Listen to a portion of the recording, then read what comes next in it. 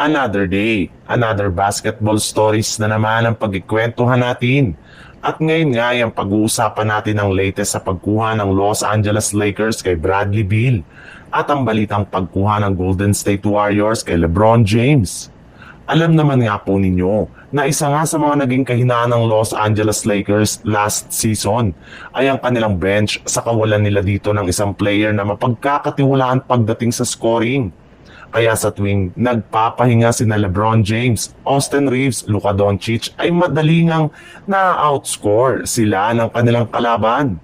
Kaya isa nga sa kanilang bench sa balak na nilang mapa-improve sa mga susunod na araw.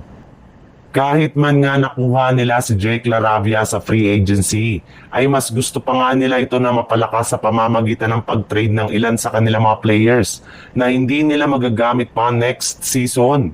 At kapag nagawa nga nila yan, ay makakakuha sila dito ng full biannual exemption na nagkakahalaga ng mahigit sa $3.3 million contract na pwede nilang gamitin at ipang-offer kay Bradley Beal kapag tuluyan na itong na-buyout ng Phoenix Suns at naging isang free agent. Since nga parati na nagtatamo ng injury si Beal ng mga nagdaang taon, ay inaasahan na nga na mababang kontrata na lang ang kukunin nito sa free agency.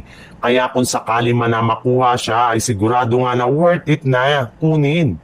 Wala rin naman nga ditong talo ang Lakers dahil mapapakinabangan nga nila siya ng gusto bilang isang sixth man na siyang kokontrol ng kanilang opensa at scoring kapag wala sina LeBron James, Luka Doncic at Austin Reeves.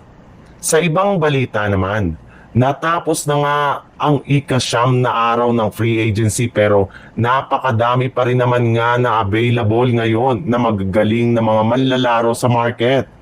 Ngunit sa kabila nga ng mga yan, ay wala pa rin namang nagagawa o nakukuha dito na bagong player ang front office ng Golden State Warriors. Kaya hindi na nga nakakagulat bakit halos lahat ng mga analyst at fans sa social media ay pinagtatawanan at binabatikos na ang kanilang team, lalo na ang kanilang general manager na si Mike Dunleavy. May ilan nga dito ang nauubusan na ng pasensya sa kanya. In fact, namumura na nga siya ng mga fans at tinatawag ng useless sa hindi pa rin ito paggawa ng move para mapalakas ang kanilang lineup. Napakasinungaling nga daw po nito nang sabihin ng Warriors noon na ready ang kanilang team na gumawa ng move sa free agency dahil hanggang ngayon ay wala pa rin nga sila nagagawa ni isa man. Pero hindi pa rin naman nga huli ang lahat para sa Warriors gayong ayon nga sa isang NBA insider. Posible pa rin naman nga nila na makuha si LeBron James mula sa Los Angeles Lakers gamit ang kanilang mga players na sina Jimmy Butler at Quinton Post.